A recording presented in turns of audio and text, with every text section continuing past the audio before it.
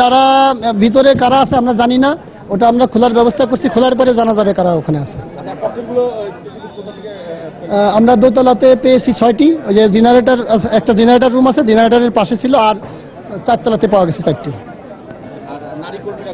নারী কর্মীরা দোতলা, একটা পাশের রুমে সবাই আছে ওখানে, আমরা তাদের অ্যারেস্ট করিনি।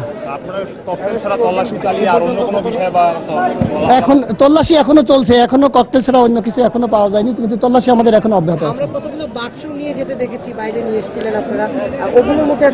না, ওটা বোম ডিসপোজাল ইউনিট, তো বোম ডিসপোজাল জিনিসপত্র সাথে থাকে সেইটা, ওটা আমাদের বোম ডিসপোজাল করার জন্য যে যন্ত্রপাতি, সেই যন্ত্রপাতি ওটা। 10টি। গ্রেপ্তার কতজন হয়েছে আসলে আনুমানিক এখনো জানা যায়নি, 40-50 জন হতে পারে, এটা এখন আমরা হিসাব করিনি। নাজমুল যেমনটি বলছিলেন যে নারী কর্মীরা এখানে আটকা পড়েছেন, তবে তিনি বলছেন যে তাদেরকে পুলিশ আটক করতে চাচ্ছেন না, তবে